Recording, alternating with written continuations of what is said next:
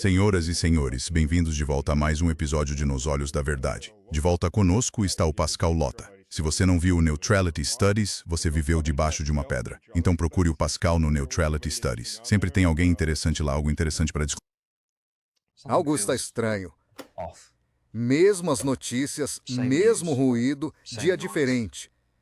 Talvez você esteja no lugar errado, amigo. Espera, o quê? Talvez você já tenha estado aqui antes.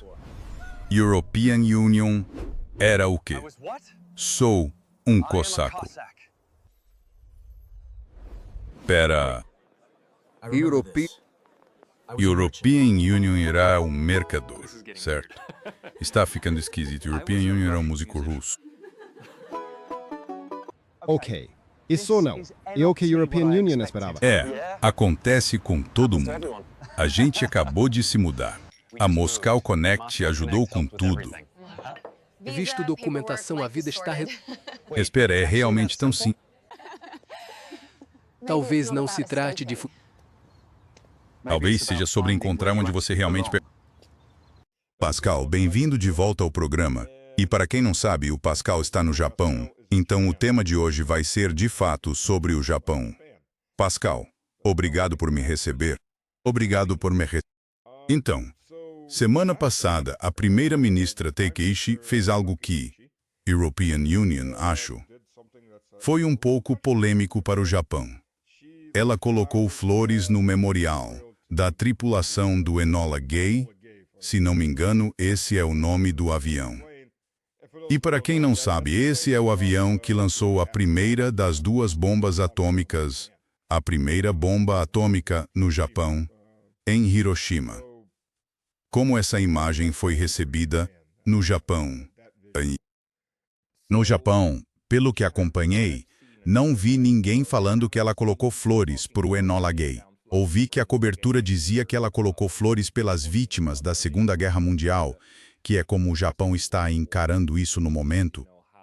Acho que uma das coisas principais a entender é que o Japão trabalhou muito após a Segunda Guerra Mundial, especialmente nas décadas de 1980 e 1990, para refocar a memória da guerra, de um conflito contra os Estados Unidos e os aliados, para um desastre terrível, em que todos sofreram. E o desastre, a guerra, era o problema. A guerra era o mal. E as pessoas que querem a guerra são o problema. E o Japão sofreu, certo? O sofrimento das pessoas em Hiroshima, Nagasaki, mas também em Tóquio, com os bombardeios incendiários e em muitas outras cidades, na verdade. Então eles conseguiram, de certo modo, refocar todo mundo no sofrimento, o próprio sofrimento e o sofrimento dos outros, e assim a pergunta sobre quem matou quem vira secundária, entende? E foi visto nesse sentido que aquilo era um memorial, quero dizer, um memorial comemorando as mortes da guerra em ambos os lados. Pelo menos foi assim que European Union via a cobertura sobre isso. European Union não vi realmente pessoas dizendo, essas flores eram para os que lançaram a bomba em Hiroshima. Eram flores para os que morreram na Segunda Guerra Mundial, o que tem aspectos positivos e negativos. Por um lado, é uma abordagem muito conciliatória. No lado positivo, é uma postura bastante conciliadora. No lado negativo, infelizmente, isso leva os japoneses a perguntar por que os chineses ainda guardam tanto ressentimento em relação à Segunda Guerra Mundial. Todos nós sofremos, não é? Já faz muito tempo. Fica no passado. Isso já deveria ter acabado. Todos nós sofremos e não guardamos rancor dos americanos. Por que os chineses ainda nos guardam rancor? Então esse é o lado negativo desse tipo de reorientação da Segunda Guerra Mundial. No lado bom, há um forte sentimento pacifista no Japão, embora tenha enfraquecido com o tempo. Ainda assim, para grande parte da população, a ideia de que a guerra é um mal que não deve jamais se repetir continua muito, muito forte. Não acho que seja só os chineses, os coreanos também têm problemas. As mulheres de conforto e os coreanos escravizados. Ainda há pontos de discórdia com a Coreia do Sul? Bem, a Coreia do Sul obviamente tem uma relação com o Japão. A Coreia do Norte não. Mas ainda existem pontos de discórdia entre a Coreia do Sul e o Japão sobre essas questões. Sim, existem. Sim, existem. E tem sido muito difícil resolver isso. A questão das mulheres de conforto é provavelmente a maior que ainda persiste. E o problema é que essa questão saiu do âmbito da história. Nós, historiadores e académicos, já não conseguimos mais ajudar a resolver isso, porque qualquer lado que apresente novas informações sobre o que realmente aconteceu será atacado pelo outro, seja internamente ou no exterior, por ser revisionista, anti-coreano, anti-japonês ou algo do tipo. O tema está tão politizado que é quase irresolvível neste momento. Houve um caso, há uns 11, 12 anos, em que uma professora de uma universidade coreana publicou, com base em sua pesquisa, que na verdade não existe um único documento que prove que houve uma política japonesa para as mulheres de conforto.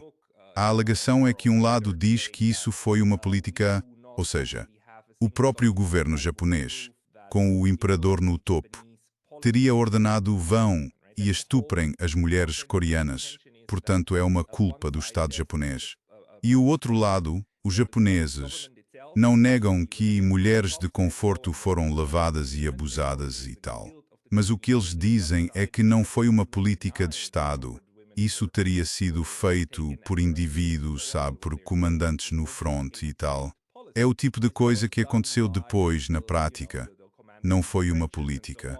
E essa professora coreana publicou um livro dizendo, olhem, na verdade não existe evidência documental de que isso foi uma política de Estado. E ela foi processada pelas vítimas coreanas, processada na Coreia pelo grupo de vítimas das mulheres de conforto. Quer dizer, o grupo de vítimas das mulheres de conforto a processou por difamação. Ela foi levada ao tribunal e foi condenada a pagar alguma quantia. Ou European Union, já esqueci o resultado exato. Mas veja, é tão politizado que isso acontece. E outra coisa muito instrutiva é que, sabe, em 2014, Shinzo Abe, meio que o mentor da senhora Takaichi, tornou-se o primeiro-ministro mais poderoso do Japão em 2015 porque venceu uma vitória esmagadora, do mesmo modo que ela acabou de vencer, mas em 2014 ou 2015. E então, uma das coisas surpreendentes que ele fez em dezembro de 2015 foi abrir algo que todos os direitistas no Japão enxergavam como uma caixa de Pandora. Ele negociou com os coreanos e ele concordou que o Japão reexaminaria a questão das mulheres de conforto e que pagaria reparações. Até então, até 2015, o governo japonês sempre dizia não, tudo foi resolvido por um tratado de 1965 entre nós, tudo está resolvido, não vamos tocar mais nesse assunto. E ele, o conservador Abe, disse, precisamos urgentemente consertar essa relação com os coreanos, devemos ser fortes aliados. Portanto, se isso é um ponto de discórdia, precisamos resolvê-lo de uma vez por todas. E ele, como homem de direita, conseguiu empurrar isso goela abaixo da própria base conservadora. E ele reabriu a caixa de Pandora. E ele disse, tipo, ótimo, vamos pagar reparações, vamos criar uma comissão conjunta, blá blá blá. E ele fez isso em dezembro de 2015 com a presidente Park na época. Para grande desgosto dele, 6 meses ou 1 ano depois, estourou um escândalo enorme contra a Park. Ela foi afastada e atualmente está na prisão. Perdeu todo o poder. E o sujeito que a sucedeu, a maneira mais fácil de conseguir uma vitória política em casa era cancelar aquele acordo e dizer não, isso não é suficiente. Vocês têm de pagar muito mais e nós não aceitamos isso. Isso não é suficiente. Basicamente, o seu primeiro-ministro teria que rastejar até Seul e coisas assim, sabe? Atitudes que, obviamente, nunca aconteceriam. E então eles meio que desfizeram o tratado, cancelaram todo o acordo, alegando que 10 milhões de dólares não chegam nem perto e que estamos sendo insultados. Isso agrada a direita na Coreia do Sul. Ou seja, saiu do campo acadêmico e virou algo com demasiado em jogo para os vários atores políticos de ambos os países. Que European Union acho que poderia ser resolvido de forma abrangente. Então, o que as lideranças atuais dos dois países estão tentando fazer é simplesmente não falar sobre isso. Mas isso só funciona enquanto ambos concordarem em não falar sobre o assunto. Se um dos dois quiser tocar no assunto para irritar o outro, Pronto, volta direto para as notícias. Tem que adorar esse tipo de política local. Pois é isso que democracias fazem. Sabe? Isso é uma das coisas em sistemas democráticos há sabotadores que podem constantemente destruir processos de reconciliação. E bem, é isso aí. Na verdade, European Union diria que isso não é só o que democracias fazem. É assim que democracias morrem. Porque, eventualmente, esses sabotadores aparecem em todos os níveis. E a sociedade entra em colapso. Sim e não, quer dizer, o problema das mulheres de conforto é um bom exemplo de conflito controlado, certo? Não é algo que, no momento, colocaria em perigo a segurança nacional de ambos os estados. Então está mais ou menos gerido e contido, e serve a interesses diferentes de cada lado. Temos de conviver com isso. European Union não chamaria isso de morte da democracia. Não. Não uma só causa, mas é um dos sintomas que aparece em quase tudo. No fim das contas, partidos acabam boicotando as iniciativas uns dos outros. A sociedade estagna e não avança. Os Estados Unidos são um bom exemplo disso em questões internas necessárias. Não estou falando de grandes conspirações de elites globais, mas de assuntos internos mesmo pode acontecer.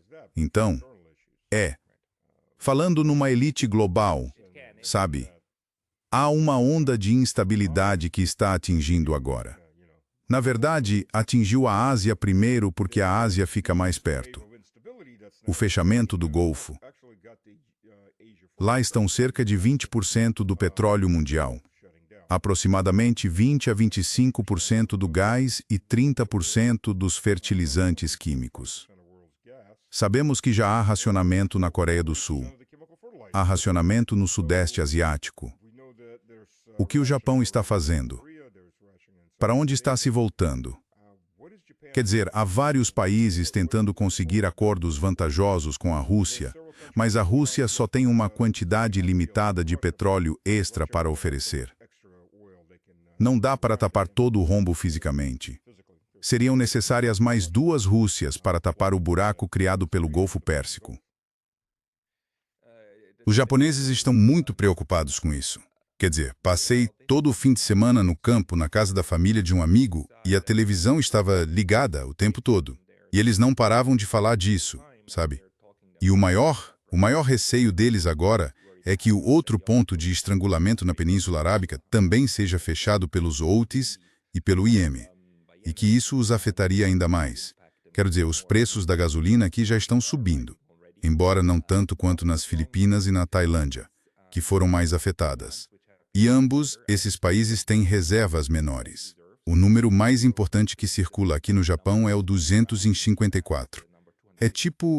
Esse é o número de dias de reservas estratégicas de petróleo que o país tem.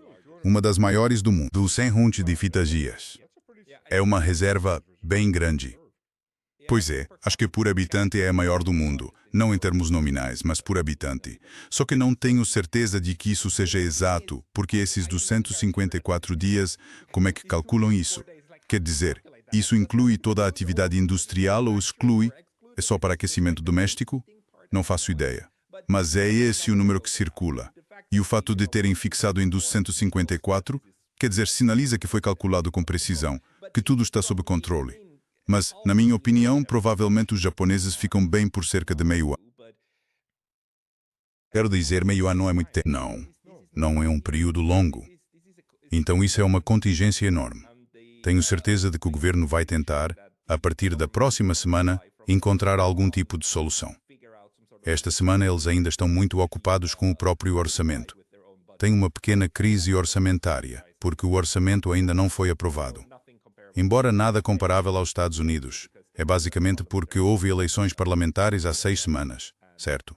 E o novo parlamento simplesmente não teve tempo de cumprir suas funções, mas estão aprovando o orçamento bem agora, enquanto falamos. Então, uma vez que isso esteja resolvido, suponho que vão acelerar para tentar estabilizar a economia real, porque o Japão, a única coisa que impulsiona a inflação no Japão muito mais do que a política monetária são choques econômicos reais causados pelo petróleo. Isso é o que faz os preços dispararem. O Banco Central, basicamente pode imprimir ienes a seu critério. Isso não tem tanto impacto sobre os preços. Indiretamente, um pouco, por causa do carry em iena, do carry trade em iena, da conversão para o dólar americano e tal. Mas muito mais. Eles são muito mais vulneráveis ao petróleo e ao gás e precisam encontrar uma solução para isso. Mas quanta eletricidade japonesa é gerada por energia nuclear? Fukushima. Ainda está funcionando, acho, parcialmente, não? Quer dizer, o de Fukushima está totalmente fora de operação. Quer dizer, ainda hoje, depois do acidente em 2011, agora estamos em 2026. Então, depois de 15 anos, eles ainda não terminaram a limpeza. Ainda estão trabalhando na descontaminação. Então, esses reatores estão fora de operação. Mas, na época, European Union, acho que o Japão tinha 52 reatores no total. 52 ou 54. E desligaram todos eles. Todos de uma vez. Não todos simultaneamente, mas num período muito curto, e os substituíram por carvão. Hoje em dia, a maioria desses reatores voltou a operar. Não o de Fukushima, mas os demais. European Union diria que, palpite meu, só um palpite, mas acho que deve ser algo como 45 reatores de volta ao funcionamento. Posso estar enganado, mas muitos voltaram porque, há alguns anos, houve manifestações contra o fechamento. Mas o Japão realmente não tinha muita escolha. Mas, sabe, a matriz energética do Japão? Não decoro os números, mas petróleo e gás não podem ser substituídos agora apenas por eletricidade. Além disso, a infraestrutura ainda depende muito de combustíveis fósseis, inclusive muitas residências. Os carros não estão tão eletrificados quanto, por exemplo, na China, então não há como substituir os combustíveis fósseis. Sim, o Japão também compra eletricidade da Rússia. Há um cabo elétrico que vai de Vladivostok até o norte do Japão, literalmente. Um cabo elétrico gigantesco. European Union não sabia disso, mas acredito. Quer dizer, os japoneses nunca tiveram esse medo primordial dos russos como os europeus tiveram. Mesmo agora, acho que as pessoas em Kasumigaseki, no distrito governamental, devem estar pensando em de alguma forma se aproximar da Rússia. Não consigo imaginar que não estejam. Porque, na verdade, a Rússia ainda tem, mesmo entre a elite política do Japão, um bom número de amigos. Especialmente entre os partidos de esquerda e tal. 2 anos atrás, ou 3 anos, 2 anos e meio atrás, European Union estive na Embaixada da Rússia no Dia da Rússia. E quem brindou pelo lado japonês foi o ex-primeiro-ministro Hatoyama, da esquerda, dos social-democratas, o partido em que ele ficou no cargo só por pouquíssimo tempo e que já não tem mais poder institucional. Não tem mais poder institucional algum. Está completamente fora. Mas essas ligações existem e há gente até na dieta, no parlamento atual, que é simpática à Rússia. Por isso penso que no Japão as chances de haver quem queira reatar relações ativamente com a Rússia são bem maiores do que na Europa. O que, claro, deixa em aberto se a própria Rússia ainda teria interesse nisso, não é? Bom, veja. Realistamente, o mundo produzia cerca de 26 milhões de barris por dia do Golfo Pérsico. Agora, o Irã ainda exporta até certo ponto, mas claramente de forma limitada. E a Arábia Saudita ainda exporta pelo Mar Vermelho cerca de 6 milhões de barris. O resto, uns 19 milhões de barris, saiu do mercado por razões óbvias. E, pelo que vi dos danos, não vão retornar tão cedo. A Rússia produz 11,5 milhões e consome cerca de 5 milhões internamente. Então sobram cerca de 7 milhões de barris. Metade disso vai para a China. Ou cerca de 1/3, vai para a China, e cerca de 1/3 vai para a Índia, desde que o Modi traiu a Rússia e o Irã. Péssima hora para o Modi. Então só cerca de 1/3 desse volume vai para outros lugares fisicamente. Quer dizer, dá para aumentar um pouco, mas a Rússia não consegue compensar os 19 milhões de barris. Ninguém consegue repor esses 19 milhões de barris. Sumiu. Dando tempo, poderiam até repor, mas isso levaria anos. Então há um problema para o Japão agora. European Union diria. O fato é que o Japão tem um Ministério das Relações Exteriores muito capaz, com muitos especialistas japoneses nessas regiões do mundo, incluindo o Oriente Médio. Ásia Ocidental, eles costumavam ter uma boa, ou pelo menos decente relação de trabalho com o Irã. Lembra que houve uma crise com o Irã durante o primeiro mandato de Trump, em 2019, a crise dos petroleiros, que quase virou guerra porque os iranianos derrubaram um drone dos Estados Unidos.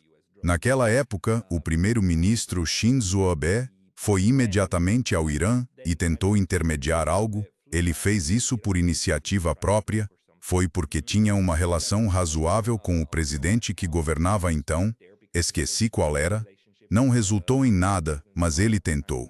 E o ponto é que um primeiro-ministro japonês se envolver tanto em diplomacia é algo meio especial.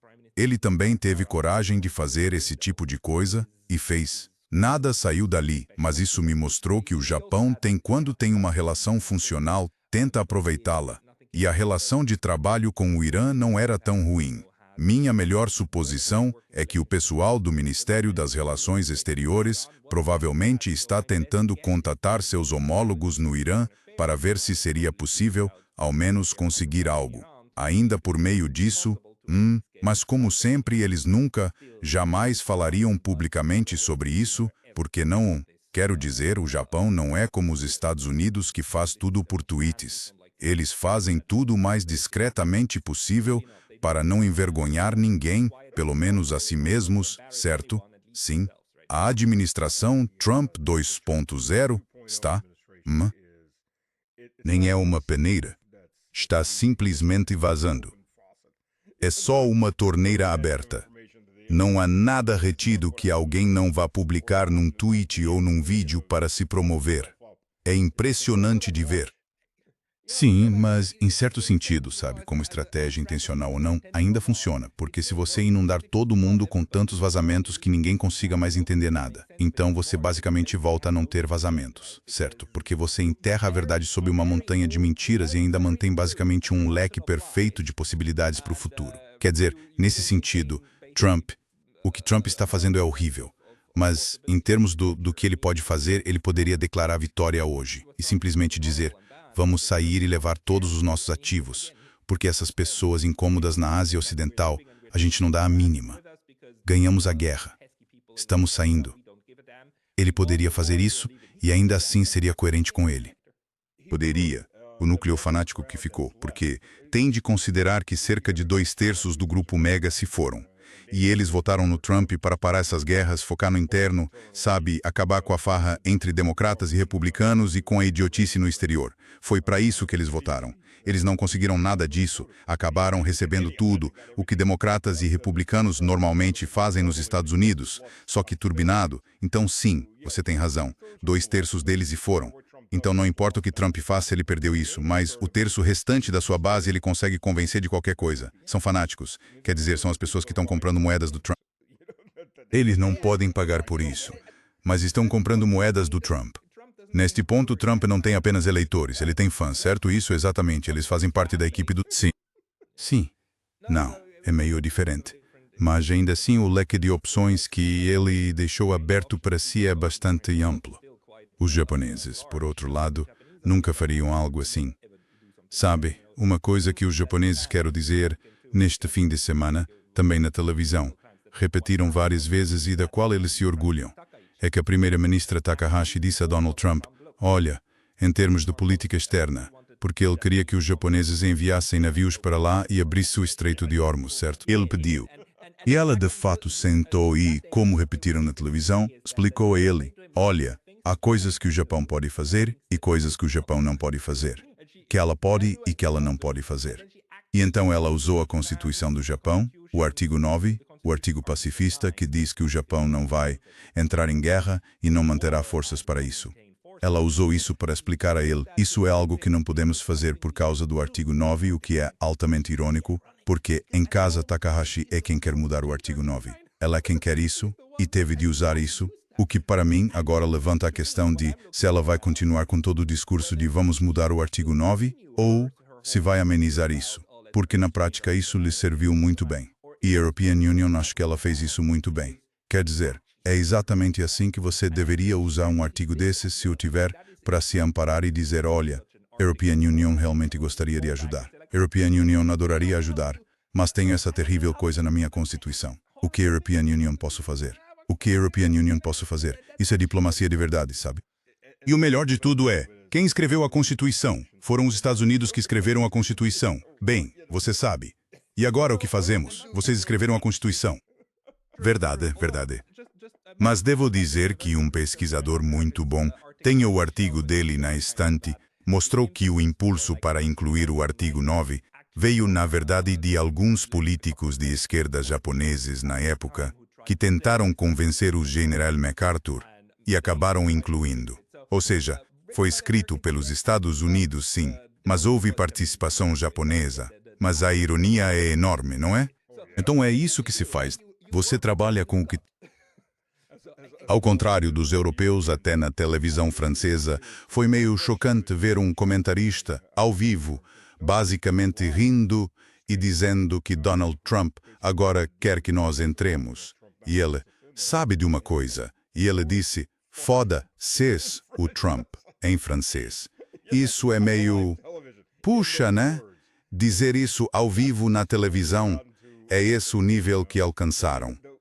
E os europeus ocidentais foram bem mais grosseiros nisso, acho. Sim, porque Donald Trump foi bem mais rude com eles, para ser honesto. Sabe, uma das estratégias do Japão é que, quando não quer se envolver em algo, ele tenta passar despercebido. Vamos ficar quietos. Se lembrarem que estamos aqui, aí vamos agir, como ela fez agora. Ela foi, visitou e sorriu. Ele fez essa piada estúpida. Ela apenas ficou e deixou passar. Tudo bem, deixa passar. Dava para ver no olhar dela, tipo... Deixa passar, deixa passar, deixa passar. E depois tentar expor seu ponto de vista. E ao voltar para casa, você meio que comemora por ter conseguido vender o que podemos e o que não podemos fazer. E nós explicamos para ele e ele entendeu que obviamente não é verdade.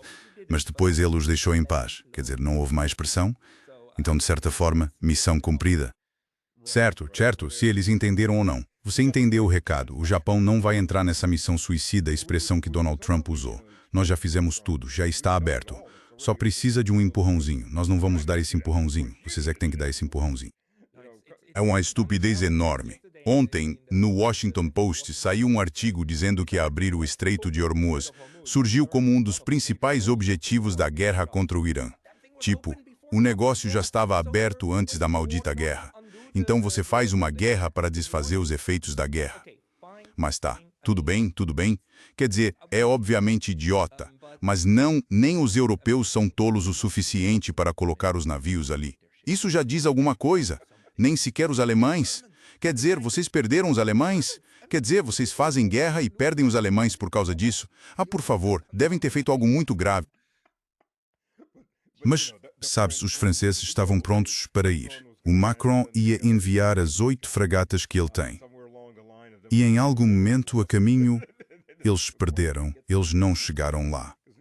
Porque, sabes, o Macron é Napoleão todos os dias, até ter de fazer algo de verdade, e aí ele recua. A European Union não disse isso, só recua.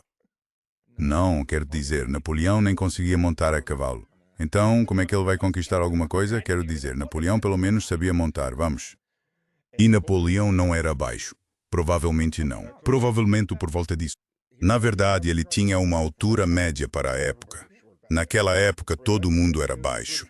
Mas foi propaganda britânica que os pintou como baixos. E ficou. Boa propaganda. Boa propaganda permanente.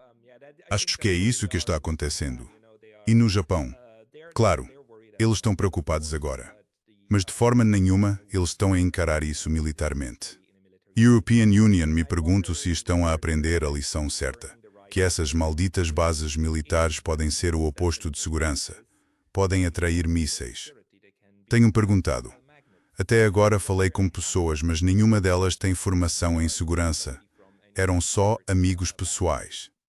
Todos disseram algo como: ah, sim, quando o European Union lhes contei.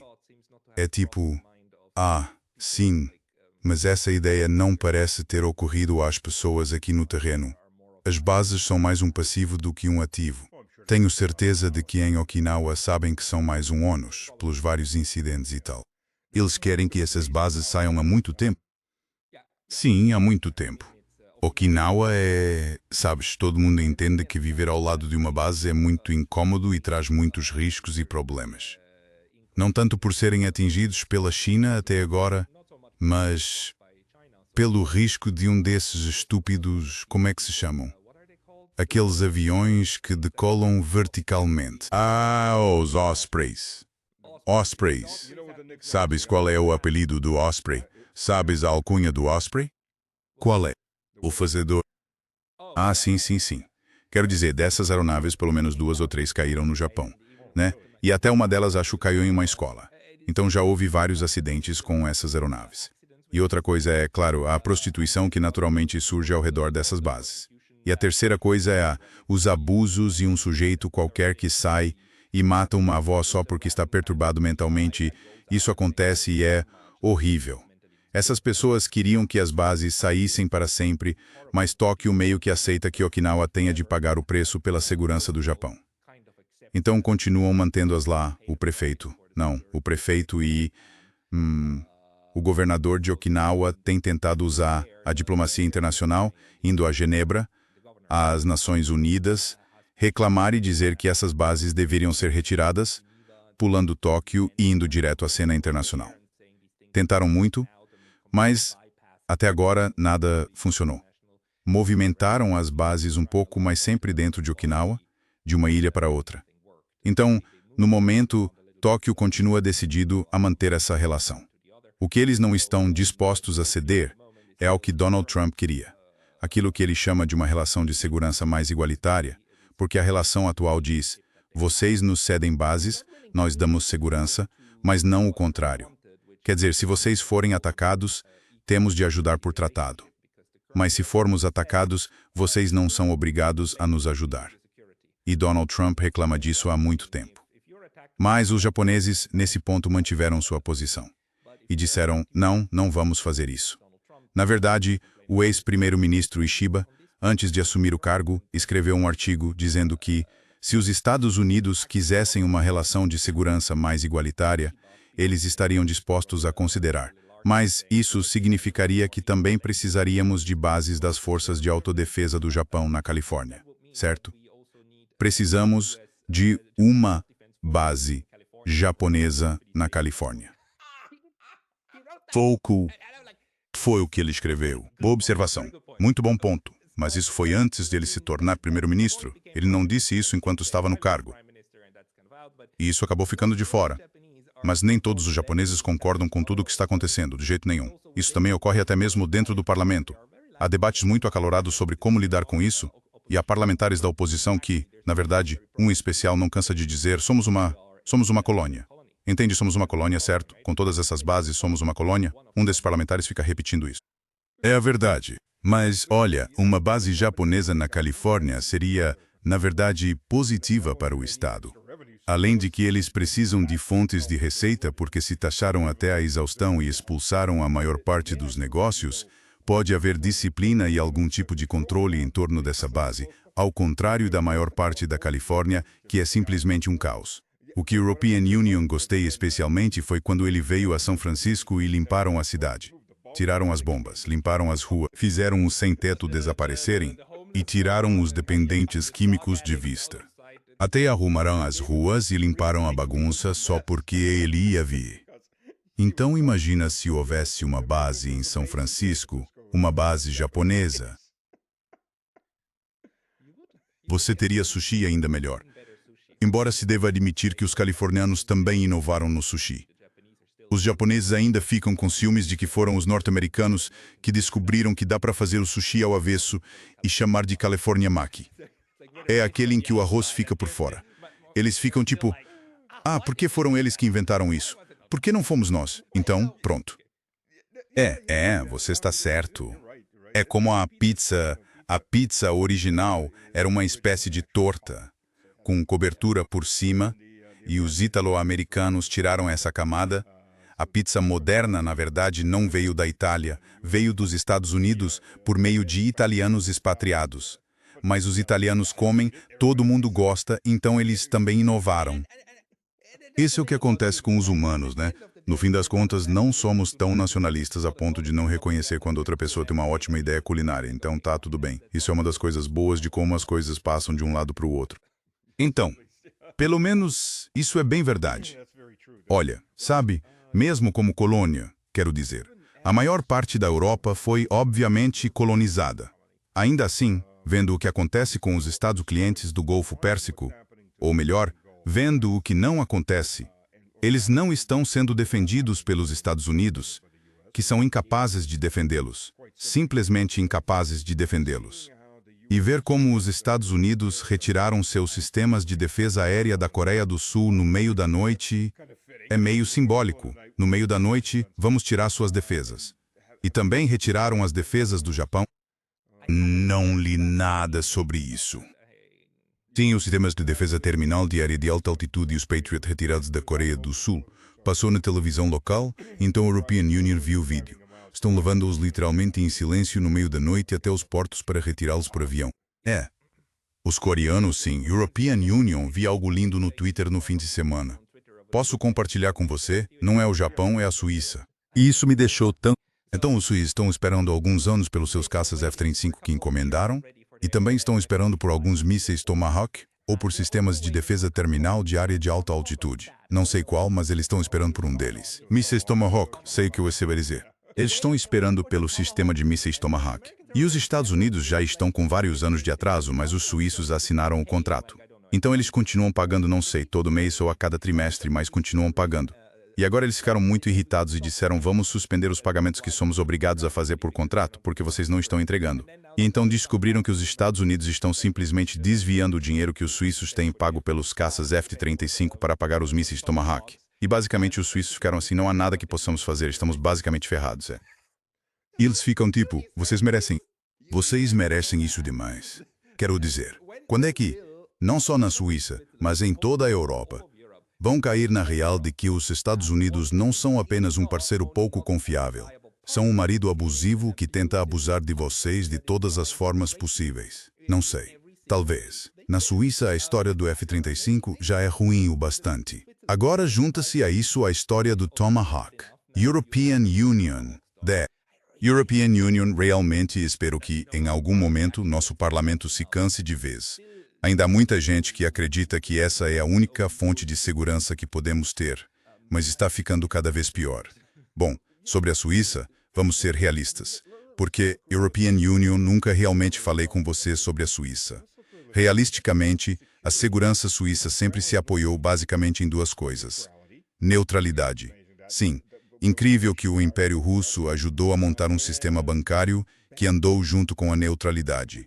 Você coloca o dinheiro ali, não importa quem você seja, seja o ditador local ou quem quer que seja. E, sabe, se tudo desmoronar, você sempre pode correr para a Suíça. Seu dinheiro fica seguro. Ninguém ataca o próprio banco. Exatamente. E todo mundo, todas as partes, têm dinheiro naquele banco porque você nunca sabe, por precaução. Se você perde uma guerra, seja França ou Alemanha, então seus políticos têm um lugar para onde ir e os ricos têm onde se abrigar. Mas a Suíça, durante o governo de Barack Obama, entregou todos os clientes americanos. Todo o sigilo. Lembro que eram cerca de 30 mil clientes. E depois fizeram o mesmo para o Reino Unido, quando o Reino Unido exigiu. Então o sigilo do sistema bancário acabou. E agora a Suíça, embora ainda se considere neutra, está participando ativamente no apoio à Ucrânia no conflito. Então, quando disseram, vamos fazer conversações na Suíça, a Rússia respondeu, não, vocês não são neutros. Sim, isso destrói a segurança, não os F-35. Isso é que destrói a segurança. O problema é que muita gente na Suíça não entende isso, porque foi doutrinada, como o resto da Europa, a achar que segurança só vem pela boca de um cano, que precisa de um papai forte para proteger. Deixa a European Union explicar isso um pouco. O que aconteceu em 2009, no governo de Obama, foi que a Suíça foi oficialmente forçada a abrir mão do sigilo bancário. Tínhamos esse sigilo bancário, estava na nossa Constituição. Quer dizer, nem mesmo o governo suíço tinha permissão para olhar as contas bancárias dos suíços, certo? Era completamente protegido. Uau! 100% protegido pela Constituição. E eles usaram isso por muito tempo para dizer aos americanos, olha, mesmo que quiséssemos, não podíamos investigar, até 2009. E então os Estados Unidos disseram, está bem, ou esses bancos nos enviam as informações sobre essas 30 mil contas bancárias, até segunda-feira, ou então, até segunda-feira apresentaremos acusações federais contra o UBS e o Credit Suisse. O que significa que, mesmo sem condenação, eles seriam imediatamente proibidos de operar no mercado do dólar dos Estados Unidos, sem mais acesso a dólares. O que, para um banco internacional, é a morte. Eles não poderiam mais operar. Então, ou vocês entregam, ou nós acabamos com os dois bancos de vocês só apresentando as acusações. O Conselho Federal acabou usando leis de emergência de época de guerra para sobrepor a Constituição e permitir que o Credit Suisse e o UBS enviassem os dados. E então basicamente disseram, certo, temos que institucionalizar isso. Então começaram com isso, entrando no sistema de troca automática de dados. E a Suíça basicamente se rendeu diante da ameaça. Se o UBS quebrasse, o UBS, nosso maior banco, teria um efeito cascata na economia tão devastador quanto a queda de uma gigante industrial no Japão. Então abrimos mão disso. A questão da guerra com a Rússia, da guerra na Ucrânia, é que grande parte da Suíça vê o conflito do mesmo jeito que os outros europeus. Eles mantiveram sua posição e não mandaram armas. Quer dizer, nunca chegaram a entregar armamento. Algumas pessoas no parlamento tentaram, mas falharam. As armas nunca foram enviadas. Só equipamento médico e bens civis para a Ucrânia. Sanções, claro. O governo suíço, desde o início dos anos 90, disse que também aplicaria sanções quando justificadas, seja pela Organização das Nações Unidas ou por um processo internacional. E embarcaram nessa. Mas a European Union, faço parte dos que se opõem a isso. Então lançamos uma proposta de referendo, que será votada no final do ano, para proibir o uso de sanções como meio de guerra, o que tornaria isso impossível. Agora está vindo a reação contra isso, mas, como tudo na Suíça, leva uns 3 a 4 anos até que a gente consiga pôr algo em prática. Tudo demora muito no processo político suíço, demora muito. Para injustiçar-se muscambite-se isso naus, para zipsidar a suíço macuno. O que é melhor do que na maior parte da Europa? A União Europeia deixa a European Union reformular, porque a Rússia corresponde a um quarto da Europa. É melhor que a União Europeia, onde as coisas nunca saem do papel. Elas simplesmente morrem em comitê, se é que chegam a ir a comitê. Mas sabe, outra coisa sobre a neutralidade suíça é, quem quer invadir a Suíça, vamos ser realistas. É um país montanhoso, toda a gente armada, e o território seria praticamente impossível de ocupar. Não vale a pena. É bem simples, Taz. A resposta à sua pergunta costuma ser ou os franceses ou os alemães. Quer dizer, ninguém mais realmente nos ameaçou de verdade. Ninguém. Da última vez, os russos nos ajudaram a nos livrar dos franceses, quando fomos invadidos, inquistados por Napoleão e transformados em um pequeno estado satélite. Foram os russos que ajudaram a desfazer aquilo. Foram os russos que nos ajudaram a conquistar a nossa neutralidade permanente durante o Congresso de Viena, em 1815. Mas tudo isso está esquecido. Quer dizer, tudo isso saiu da cabeça das pessoas. E, de verdade, os suíços só pensam a segurança dentro do atual quadro mental. A organização do Tratado do Atlântico Norte é boa. A União Europeia é boa. A Rússia é má. A China é má. Isso é bastante assustador. A propaganda realmente funcionou. Entrou bem fundo. Estive na Suíça em fevereiro e dei umas 3 ou 4 apresentações. E numa delas, um sujeito, mesmo quando a European Union só comecei a falar sobre como funciona a relação de segurança com a Rússia, levantou-se, irritado, gritou e saiu correndo. E, literalmente correndo para fora, disse-me, odeio os russos. Odeio os russos. E depois foi embora. É como, bom, não há nada a fazer com pessoas tão profundamente doutrinadas. A European Union diria que não é a maioria, mas esse tipo de pessoa representa provavelmente cerca de 10% da população suíça. Pois, e alguém acha que um russo, como diz o ditado nos Estados Unidos, acabou por estragar o dia dele. Na prática, muita gente você odeia alguém, mas por que os odeia? Você recebe um olhar vazio, porque eles pensam, ou que eles me fizeram pessoalmente para a European Union odiá-los. E não há nada. Você tem razão. É doutrinação absoluta. Eles veem a devastação na Ucrânia e a mídia foca no sofrimento da dona fulana, do senhor fulano, nos bebés mortos e tal. Coisas que também acontecem do outro lado. Além disso, a mesma mídia não dá atenção ao genocídio em Gaza e coisas assim. Mas quando se foca no sofrimento humano de um lado, isso é o que leva as pessoas emocionalmente a odiar o outro lado. E isso, infelizmente, vem acontecendo há muito tempo.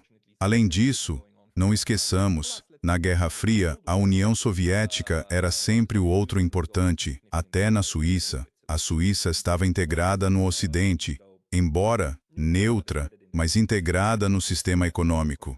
E meu pai, que serviu no exército suíço, dizia que, quando se pensava no inimigo, ele sempre estava em Moscou. Isso era entendido implicitamente, embora, politicamente, é claro, nunca fosse comunicado. Mas todo o ambiente cultural no qual a Suíça está inserida é esse mundo ocidental de Hollywood, do Reino Unido, de filmes à la James Bond, em que Moscou é o grande outro. Sim, as duas maiores armas que os Estados Unidos têm não são as Forças Armadas. São Hollywood e o dólar dos Estados Unidos. E ambos vêm perdendo força há muito tempo. Portanto, trazer o realismo de volta a essas sociedades doutrinadas vai levar tempo. Mas precisa acontecer. O realismo tem de voltar, porque, senão, esses lugares vão se destruir. E, claro, vão prejudicar outros gravemente no processo. Porque veja, por exemplo, antigos Estados-nação como a Áustria-Hungria. Vimos a Hungria, a República Tcheca, a Eslováquia. E, na prática, na Áustria também os conservadores da direita ganharam, mas não obtiveram supermaioria. Mas na próxima eleição, provavelmente terão supermaioria. Então vê-se que esse antigo território dos ex-austro-húngaros está a rebelar-se contra o sistema da União Europeia. Pois, como disse Orbán, nós já fomos à guerra com a Rússia nas duas guerras mundiais. Não vamos para uma terceira guerra. Obrigado. Não vamos participar. Não precisamos disso. E os outros países estão a fazer o mesmo, mas têm, digamos, uma base cultural, sim, eles se revoltaram entre si. Mas, no fim, ainda têm mais ou menos uma base cultural comum que os fez seguir a mesma direção.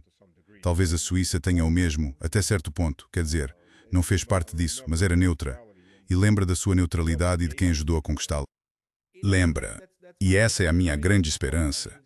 Quero dizer, da mesma forma tenho esperança no Japão, porque o pacifismo ainda está muito enraizado na população. A neutralidade, como ideia, como conceito, está muito enraizada. Cada um entende isso de um jeito diferente. Quer dizer, cada um interpreta de forma diferente o que é ou o que deveria ser.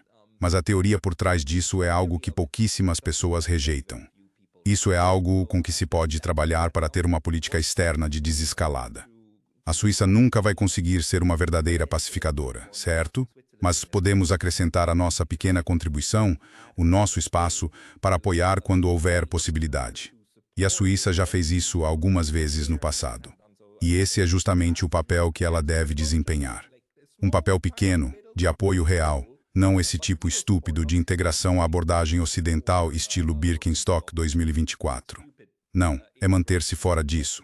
E só quando realmente importa e quando todo mundo estiver igualmente irritado com você, aí você tenta, quer dizer, neutralidade bem-sucedida significa que todo mundo está igualmente irritado com você, mas ninguém irritado o suficiente para atacar. Há um bom ditado: se todo lado sente que perdeu algo nas negociações, você realmente conseguiu alguma coisa.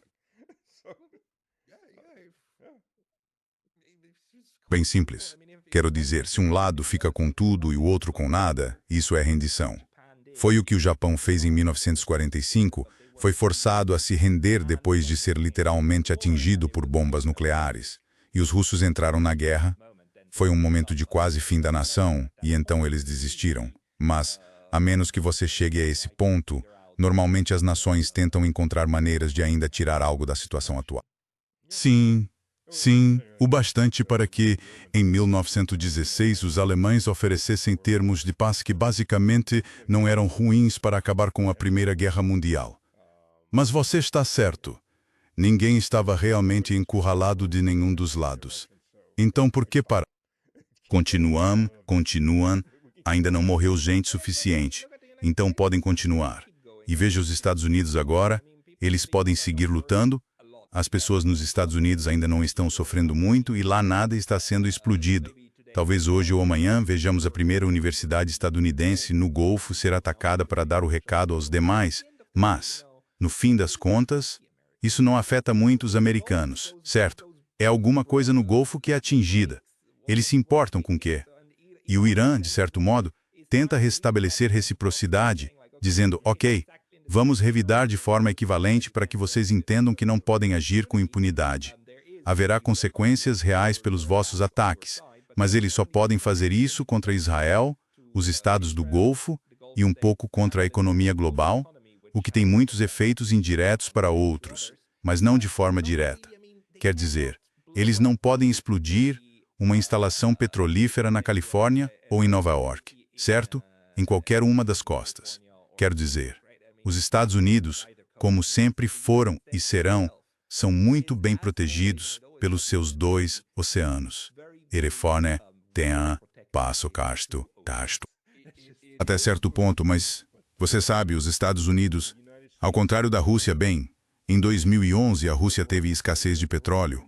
A Rússia era um dos maiores produtores, mas as empresas decidiram, a Europa paga preços muito mais altos. Então passaram a exportar em grande escala para a Europa para obter superlucros.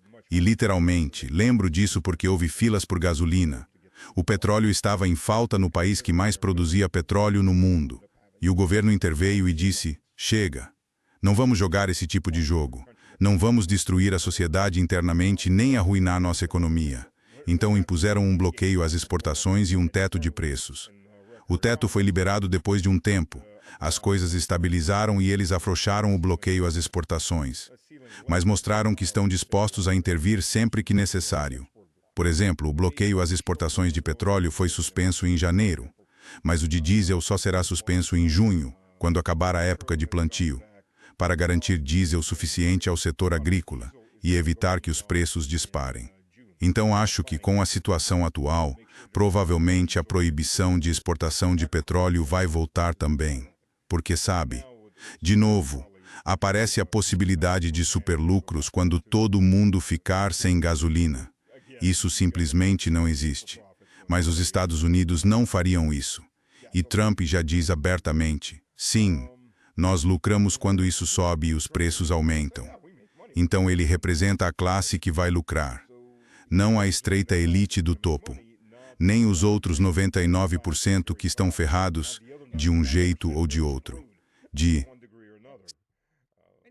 O que realmente representa um perigo para Washington é, claro, se um enorme número de pessoas aparecer, como aconteceu neste fim de semana, na porta de Washington e disser, olhem, vocês também têm de lidar conosco.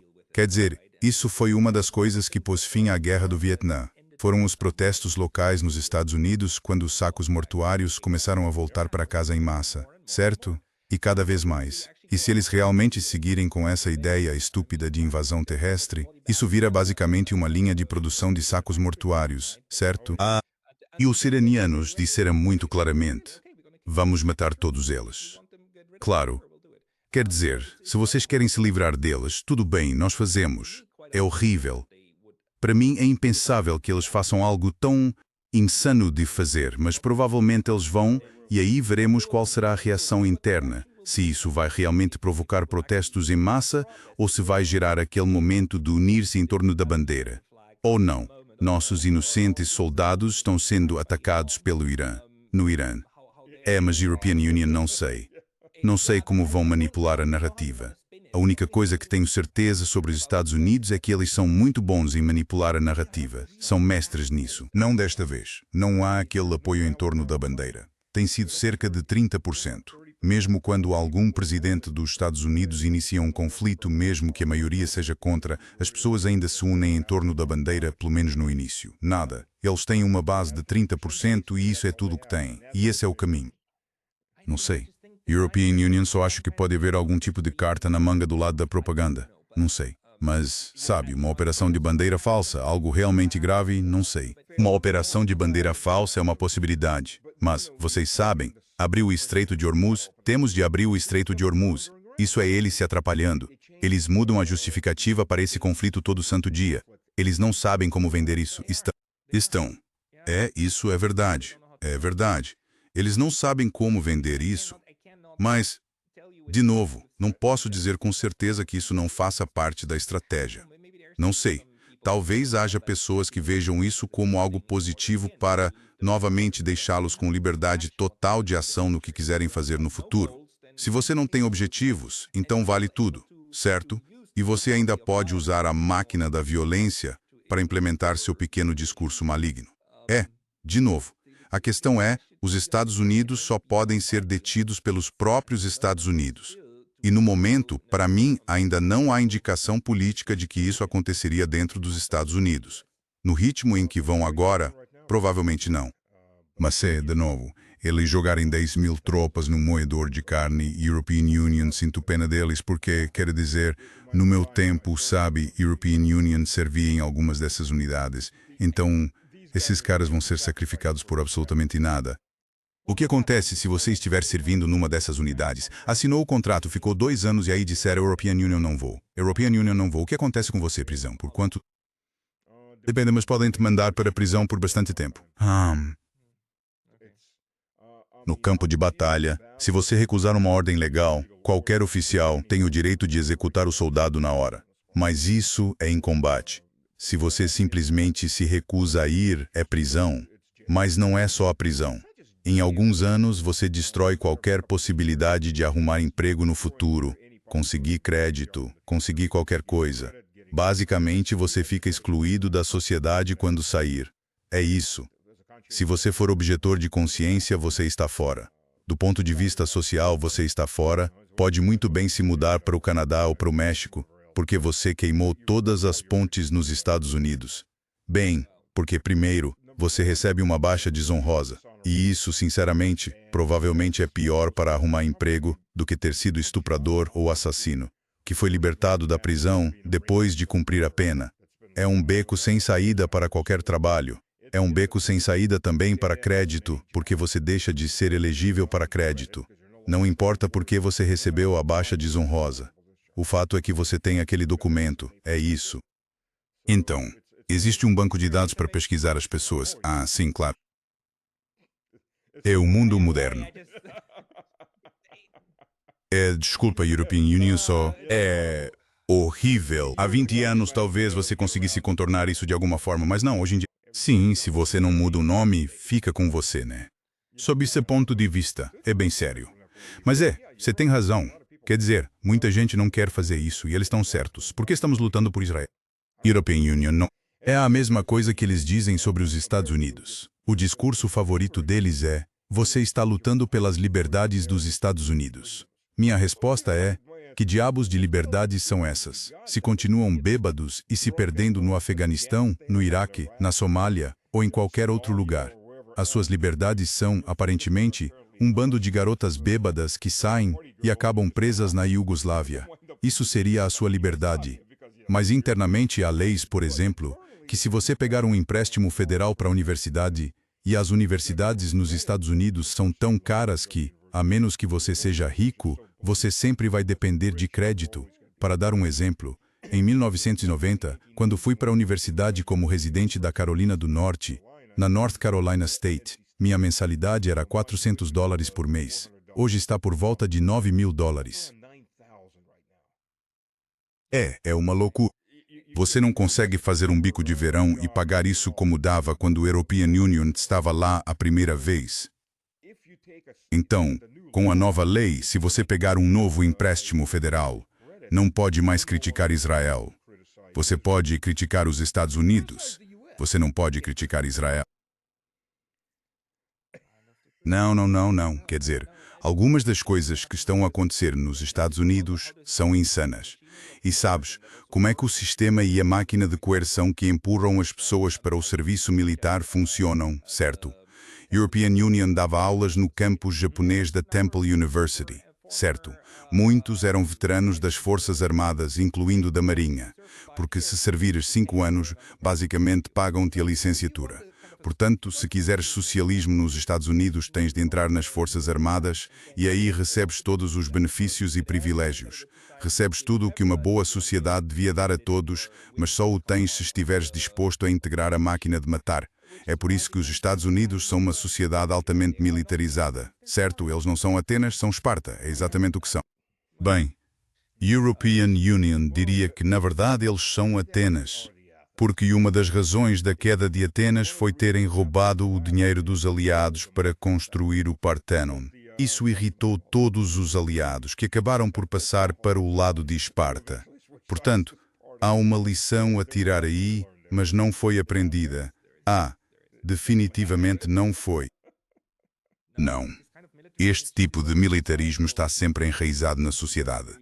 Está profundamente entranhado nas estruturas sociais, e isso é um grande problema.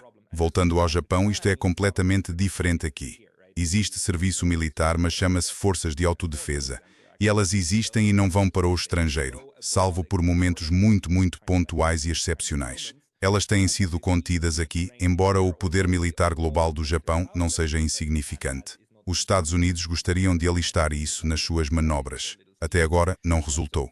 Mas estou muito preocupado com essas malditas bases.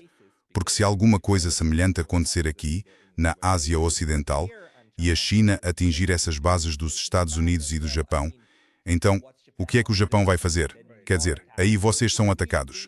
Por isso é muito fácil empurrar o Japão para as baionetas dos chineses. Para os Estados Unidos é muito fácil.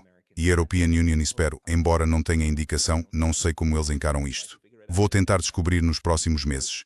Espero que estejam a tirar a lição certa e a tentar perceber como lidar com esta contingência, que agora é ter bases dos Estados Unidos no vosso território soberano. Sim, sabes. No que toca ao militarismo, há outro ponto interessante. A Rússia é acusada de ser militarista, mas historicamente evita guerras quando pode. Não vai à procura de conflitos. Os Estados Unidos são apresentados como um país que ama a paz, mas passou quase toda a sua história em guerra. Cerca de 15 anos de paz no total. De forma muito conservadora. Um ano aqui, meio ano ali. E desde 2001, absolutamente nenhum ano de paz. Portanto, 24 anos sem qualquer paz. Mas eles falam de si como um país que ama a paz e que não é militarizado. Na realidade, são muito pobres. Altamente militarizados. Abordagem interessante. Pascal, obrigado.